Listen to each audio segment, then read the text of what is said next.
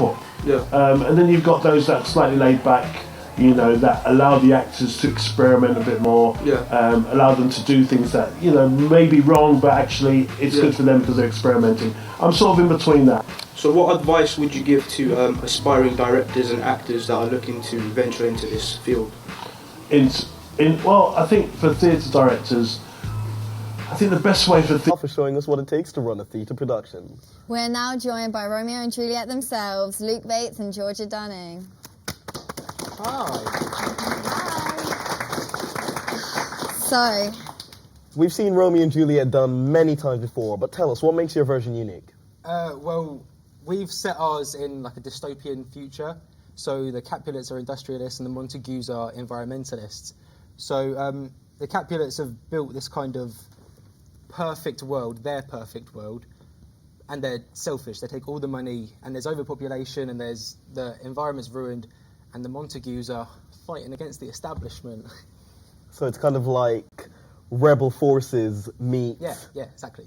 divergent kind of Romeo and Juliet style. Mm-hmm. All right, that's an interesting twist of the classic. so how do you two prepare for your roles? How did you? For Juliet, I did a lot of research on the character and the context of the play, and I found out that Juliet is supposed to be innocent.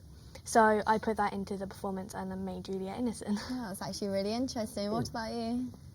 I suppose it's similar to preparing for any other role, I guess. The only difference is the language used, because obviously we don't talk like that anymore. Yeah. So you obviously have to know what you're talking about, and you also have to know when your character is being like earnest and genuine, or when they're hiding something, or when they're not telling the truth. So it's just, I'm all about analysing the text and then characterisation, and obviously Romeo and Juliet both go on kind of like journeys with their emotions. They both start somewhere, there's a peak, and then there's a downfall to the obviously tragic demise. You're also supposed to know like the stakes and your intentions when you go on stage, because if you don't, then how are you going to portray your character? Yeah. That actually makes a lot of sense. And could you tell us what kind of team is required to run a stage production like this? Like, how many people can you see running around?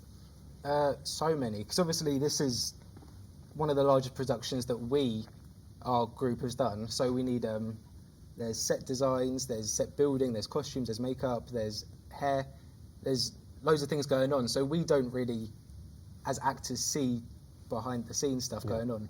But there's so many people, and we couldn't do any of it without any of them. Yeah, that's understandable. Well, you're both obviously Romeo and Juliet. Do you hope to take this into a further career, acting in the future? Yeah, I want to go to drama school and I'm going to apply. I don't really know where I'm going to go. Hopefully somewhere like Lambda, but that is obviously a high. Yeah. So. We believe you can do it. Thank you. And what about you? Same really. It'd be amazing to be able to do that, but obviously have to be like realistic, and it might not happen. But we're applying to go to drama school this year, so hopefully it goes somewhere. It's just the faith. You have to have faith. And tell me, right? So you set up a really interesting premise there, but you've got me. But what actually makes Romeo and Juliet, your rendition of Romeo and Juliet, so fantastical, so amazing, so unique that everyone else should go and watch it? Well, aside from us. Yeah. No, it's kind of, Romeo and Juliet is very, it's a really passionate play. If people are driven by emotions and other people's actions, but heartwarming. But there's a resolution at the end. Aside from the death, there's like people coming together because of something so tragic happening. It's real life, not real life, but the emotions are so strong, and that's people react. That's how people act in everyday life. So, what are the dates for the show, and where can I get a ticket? It's in February, but we don't really know when. We're unsure of the exact date. Valentine's Day. There's 4 performances. Performances? Oh, that's great. It's been great having you both on the show. Thank Everyone you give for it up for having Romeo and us. Juliet, Luke and Georgia. Wrong way. Right. We are now going for a short ad break, and we'll be back with an interview with Bradley Reynolds before we end the show with a live performance. See you after the break.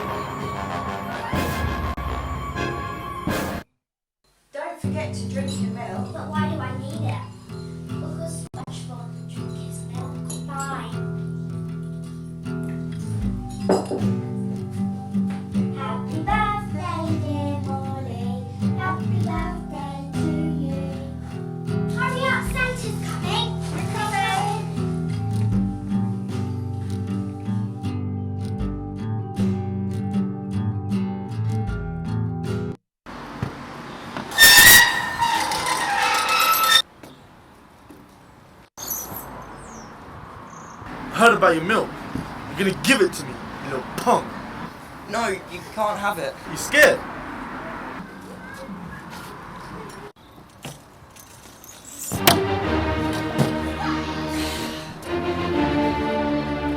You scared? With great milk comes great strength. Nice day for a refreshing drink of milk, isn't it?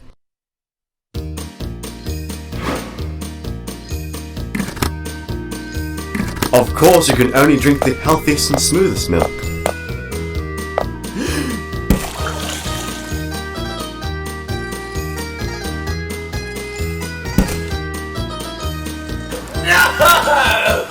There's no point crying over spilt milk, unless it's ours. Why milk?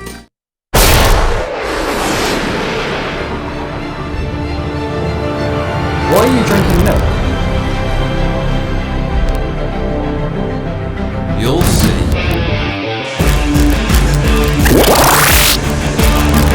Wow!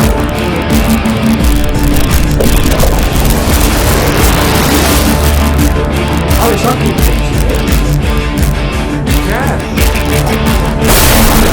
Wow, that's amazing!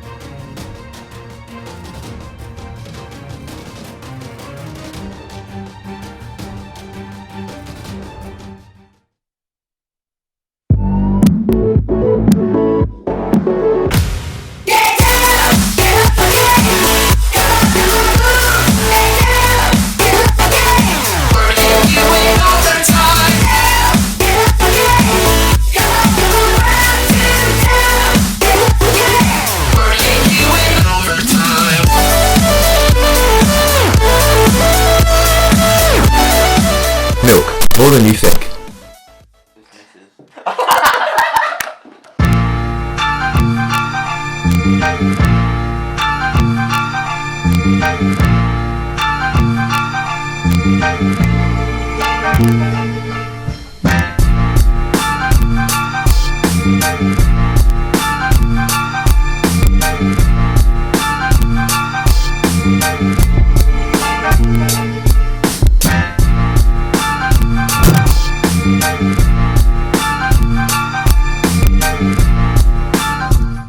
And welcome back to Bedford's Not All Bad.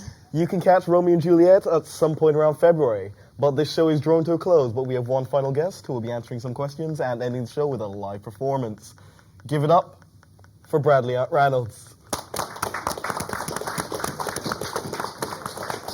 So, Bradley, why have you chosen music? Well, I mean that's kind of a hard question to answer, but if I could put it to as well as I could put it, music just speaks to me in a way that nothing else can. There's people out there who love to do art. There's people who like to do acting and stuff as well. But me personally, I love to do music, and it's just because I feel like it's writing music, depending on whether it's lyrics or if you're writing songs on like an instrument or something. It can speak to you in different ways that no one else can really like understand, and that's what I feel like. That's kind of what I do with my music as well. All right. Who do you play for? Do you play for a couple of venues? I've actually played at Bedford College a couple of times. Oh, jam night? Yeah, jam nights on Wednesdays and stuff, which starts at like 8:30 p.m. and we usually play there like every Wednesday. I usually play there by myself, or I'm actually in a band as well, and we usually play there as well. So we've been doing that for a while now. So All right. So your band, tell us about it. It's called the Radio Decade, and we actually started out last year because last year I did Music Tech Level 2, and for our Music Tech course we had to basically just get a band together and just like we had to do like a performance in front of a couple people as an audience and stuff. But after that we basically it felt really good. It felt right. And basically, we took it further, and then we started writing our own music and playing at venues and stuff. So, yeah, we did that. All right. And in the band, what's your role? I'm actually the lead guitarist and lead vocalist in the band. Oh, really? So, yeah. And could you tell me something? Out of all the instruments out there, what made you choose guitar? Well, my dad's actually a massive influence on me. He's been playing guitar like as long as I've been around. So, he's been there like as an inspiration for most of my life, basically. But there's also like a bunch of huge influences I have, like Jimi Hendrix or John Frusciante from the Red Hot Chili Peppers. Like they influenced me on my guitar playing and stuff as well. And as soon as I picked up a guitar, it just felt right. Like there's no other instrument that really compares to a guitar, so that's why I picked it. All right. That's what Well, thank you everyone for watching Bedfords Not All Bad. We hope you enjoyed, and here's Bradley playing us out this evening.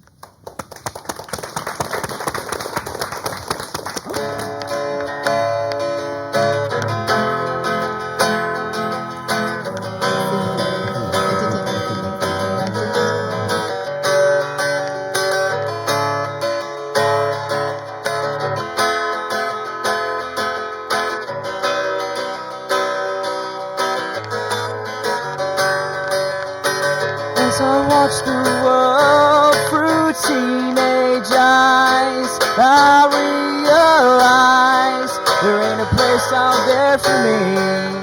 And as I watch the world through aging eyes, I see them cry for a future that we won't see. And you know, I used to have a point of view until I saw the likes of you. What you do, oh, and it comes to no surprise, you've covered me in lies. That's what you do to teenage eyes.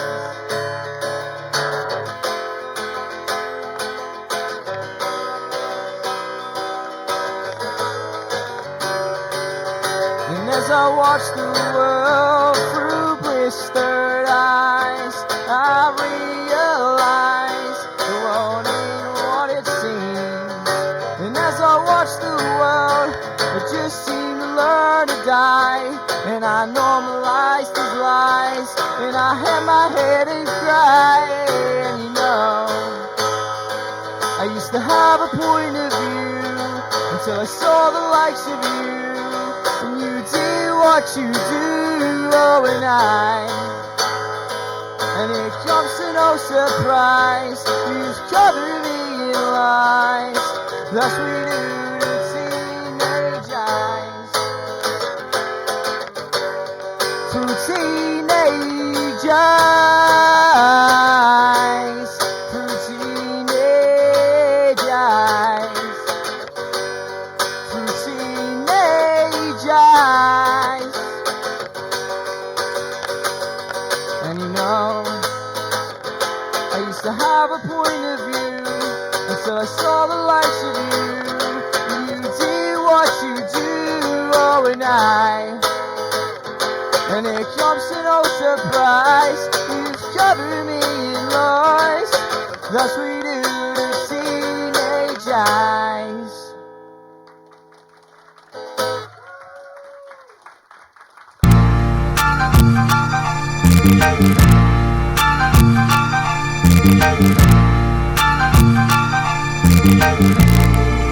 Thank you.